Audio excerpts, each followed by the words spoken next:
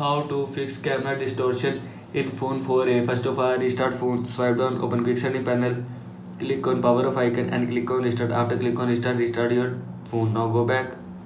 After that, clean lens. After clean lens, clear camera cache, open settings, scroll down, click on apps.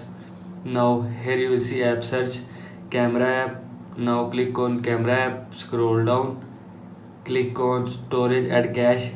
Now here you will see clear cache, and if you want to clear cache, then click on clear cache. After click on clear cache, camera will be clear cache from your phone. Now go back.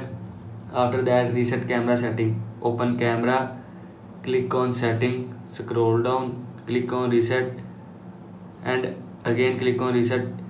Camera setting will be reset from your phone. Now go back.